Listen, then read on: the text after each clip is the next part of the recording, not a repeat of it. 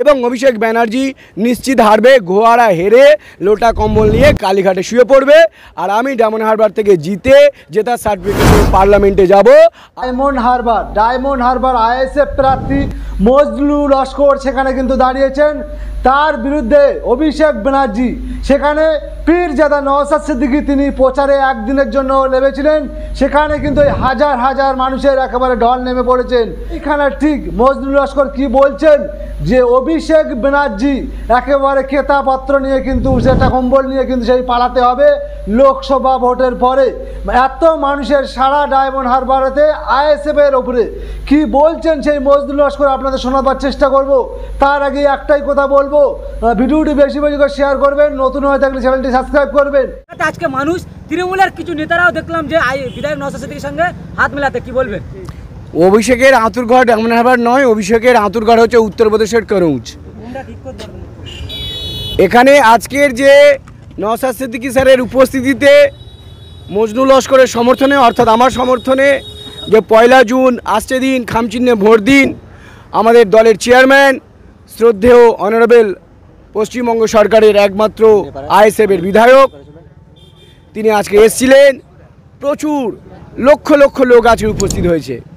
আজকের এই উপস্থিতি প্রমাণ করছে অভিষেক ব্যানার্জি গোহারা হেরে লোটা কম্বল নিয়ে কালীঘাটে শুয়ে পড়বে। আর এই ডায়মন্ড হারবার কেন্দ্র থেকে আইএসএফের মনোনীত প্রার্থী ভারতের স্বেচ্ছাসেবক এবং ভারত সরকারের পুরস্কারপ্রাপ্ত মজনু লস্কর জেতার সার্টিফিকেট নিয়ে পার্লামেন্টে ঢুকছে এবং দর্জি শিল্প মানুষদেরকে যে এক্সপ্লয়েট করছে, শোষণ করছে এই রাজ্য সরকার এবং কেন্দ্র সরকার তার বিরুদ্ধে সোচ্চার হবে এবং দর্জি শিল্পীরা আগামী দিনে যাতে নির্ভয়ে তাদের ব্যবসা বাণিজ্য করতে পারে, যারা তার জন্য ইন্ডিয়ান সেকুলার ফ্রন্ট লড়ছে, পার্লামেন্টের ভিতরে লড়াই করবে এবং তাদের জন্য ভালো ভালো আইন পাশ করবে যাতে চটা, মেটাপুরুষ এই সমস্ত অঞ্চলে যারা দর্জি শিল্পী আছে তাদের যাতে ইনকাম বাড়ে এবং বিশেষ করে যারা এই দর্জি শিল্পর যারা মালিক তাদের কিন্তু থ্রেট করছে এই তৃণমূলের দুর্নীতিগ্রস্ত গুন্ডাদেরকে দিয়ে তারা তোলা তুলছে, ওস্তাগারদেরকে ভয়ভীতি দেখাচ্ছে। এই দর্জি শিল্পকে কেন্দ্র করে বহু মানুষের জীবন জীবিকা হয়। তৃণমূল চাইছে এই মেটাপুরুষ বা আপনার চটা এই সমস্ত জায়গায় যে দর্জি শিল্পগুলো রয়েছে এই শিল্পগুলোকে ধ্বংস করে দিতে চাইছে। আজকের বাইরের অর্থাৎ আন্তর্জাতিক কাস্টমার কলকাতায় ঢুকতে দিচ্ছে না এই তৃণমূলের সিন্ডিকেটরা। আইএসএফ আসলে এই তৃণমূলের সিন্ডিকেটকে উৎখাত করবে। আজকের এই দর্জি শিল্প, এই দর্জি শিল্পকে কেন্দ্র করে প্রায় লক্ষ লক্ষ লোক এখানে কর্মসংস্থান হয়, সেই কর্মসংস্থান যাতে না ঠিকমতো করতে পারে তার বিরুদ্ধে তৃণমূলের যে দুষ্কৃতী বাহিনী লেলিয়ে দিয়েছে অভিষেক ব্যানার্জি, এর বিরুদ্ধে আমরা সংগ্রাম চালাচ্ছি এবং পার্লামেন্টে ঢুকে এই সমস্ত গুন্ডা মোস্তানদেরকে আমরা জেলে ভরে দিয়ে এবং তিহার জেলে পাঠিয়ে দেবো। এই অভিষেকের এলাকা বারবার অভিষেক বন্দ্যোপাধ্যায় বা তৃণমূলের নেতৃত্বরা বলে যে অভিষেক মডেল বা ডায়মন্ড হারবার মডেল, সেই ডায়মন্ড হারবার মডেলে অভিষেককে প্রচারে দেখা যাচ্ছে না, কিসের ভয় পাচ্ছে? ডায়মন্ড হারবারের মডেল বলতে বোঝায় এই যে ডায়মন্ড হারবারে যত শিল্প কলকারখানা ছিল ফলতাতে আপনারা জানেন সেই কলকারখানাগুলো বন্ধ করে দেওয়া হয়েছে। তাহলে দেশের যুবকরা পেটের সন্ধানে বাইরের রাজ্যে চলে গেছে বা বিভিন্ন দেশে চলে গেছে।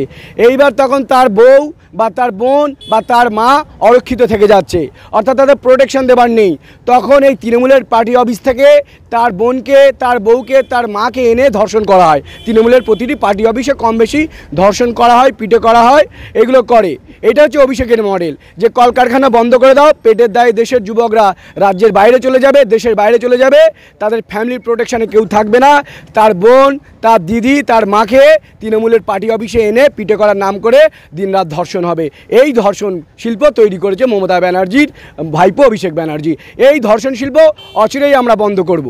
এই মানুষের সাড়া পেলেন, কতটা জেতার আশাবাদী হচ্ছেন বা কি জানাবেন? এখান থেকে নওশাদ সিদ্দিকী স্যারের মনোনীত প্রার্থী অর্থাৎ মজনু লস্কর, আমি ভারতের স্বেচ্ছাসেবক এবং ভারত সরকারের পুরস্কার প্রাপ্ত এবং আইনের উচ্চ ডিগ্রি পঠরত আমি একজন আইন লাভার, দেশের সংবিধান প্রেমী আমি, গরিব মানুষকে ভালোবাসি, গরিব মানুষ যাতে তাদের আয় বৃদ্ধি করতে পারে তার জন্য আমার সংগ্রাম চলবে এবং পার্লামেন্টে প্রবেশ করতে পারলে পশ্চিমবঙ্গের প্রতিটি মানুষের যাতে আয় বৃদ্ধি হয় সেই প্রকল্পগুলো অগ্রাধিকারের ভিত্তিতে আমি চালাবো এবং অভিষেক ব্যানার্জি নিশ্চিত হারবে, ঘোয়ারা হেরে লোটা কম্বল নিয়ে কালীঘাটে শুয়ে পড়বে আর আমি ডায়মন্ড হারবার থেকে জেতার সার্টিফিকেট নিয়ে পার্লামেন্টে যাব। আর এখানে যারা সংখ্যালঘু মুসলিম ভাই আছে যাদেরকে জীবন জীবিকা একেবারে শেষ করে দিয়েছে তাদের মাথা তুলে দাঁড়াবার জন্য লড়াই করব, আদিবাসীদের মাথা তুলে দাঁড়াবার জন্য লড়াই করব, ওবিসি ভাইদের মাথা তুলে দাঁড়াবার জন্য লড়াই করব, এসটি মানুষদের যে সম্মানের সাথে যারা বেঁচে থাকতে পারে তার জন্য লড়াই চালু রাখবো। এই যে আজকে বৃষ্টি থেকে, এই জল বৃষ্টির মধ্যে থেকেও যেই 25 থেকে 20 থেকে 25 কিলোমিটার মানুষের পায়ে হেঁটে আসতে দেখলাম, কি বলবেন এই মানুষের জন্য, কি বার্তা দেবেন যে এত কষ্টের মধ্যে থেকে? কোনো বিরিয়ানির কি প্যাকেট দেওয়া হয়েছিল বা কোনো কি টাকা পয়সার লোভ দেখে আনা হয়েছিল এত মানুষকে? আজকের মিছিলে পরিষ্কার মেসেজ, অভিষেক ব্যানার্জির প্রতি ঘৃণা, মমতা ব্যানার্জির প্রতি মানুষের একেবারে রাগ আক্রোশ সেটা ফেটে পড়েছে। কারণ এই মমতা ব্যানার্জি আর অভিষেক ব্যানার্জি এদের পূর্বপুরুষরা উত্তরপ্রদেশের কনুজ থেকে এসছে, এরা বাঙালি নয়, এরা মুসলিমদের উপর, আদিবাসীদের ওপর, শিডিউল কাস্টদের ওপর, শিডিউল ট্রাইবদের ওপর সামাজিক, অর্থনৈতিক এবং রাজনৈতিক সন্ত্রাস চালিয়েছে, যার ফলে আজকের বাংলায় কোনো শিল্প নেই। টাটাদের মতো শিল্প কলকারখানাকে তারা বন্ধ করে দিয়ে ক্ষমতায় এসছে। অর্থাৎ তৃণমূল সরকার জানে যে আমরা বাংলায় আসলে কলকারখানাগুলো বন্ধ করে দেবো, এখানকার যারা আদিবাসী, সংখ্যালঘু মুসলিম, শিডিউল কাস্ট যুবক তারা কর্মসংস্থান পাবে না, পেটি সন্ধানের রাজ্যের বাইরে চলে যাবে, তখন তাদের মা বোনেরা অরক্ষিত থাকবে, তাদের মা বোনেদেরকে নিয়ে তৃণমূলের পার্টি অফিসে পিঠে করাবো এবং প্রয়োজনে এই সংখ্যালঘু মুসলিমদের ছেলে যারা ছোট ছেলে তাদেরকে চুরি করাবো, শাহজাহান শেখকে দিয়ে, উত্তম হাজরাকে দিয়ে এদের মা বোনদেরকে চুরি করিয়ে উত্তরপ্রদেশে বেচবো। এইটাই হচ্ছে মমতা ব্যানার্জি অভিষেক চেয়েছিল, যার ফলে আমরা দেখেছি 2016 সালে পশ্চিমবঙ্গের ভারতের বর্ষের মধ্যে দ্বিতীয় রাজ্য যেখানে সবথেকে বেশি মহিলা এবং শিশু নিখোঁজ হয়েছে। নিখোঁজ হয় না, শাহজাহান শেখ, উত্তম হাজরা এরা চুরি করে, অভিষেক ব্যানার্জির নেতৃত্বে শিশু চুরি করে, মহিলাদেরকে চুরি করে, এদেরকে তৃণমূলের পার্টি অফিসে ধর্ষণ করে উত্তরপ্রদেশকে বেচে দেয়। কারণ মমতা ব্যানার্জি এবং অভিষেক ব্যানার্জি উত্তরপ্রদেশে বাড়ি, তারা চায় উত্তরপ্রদেশের সাথে এদের যোগাযোগ আছে, যেখানে যোগী রাজত্ব চলছে, যোগী সন্ত্রাস চালাচ্ছে, সেই সন্ত্রাস ছোট যোগী হচ্ছে অভিষেক ব্যানার্জি।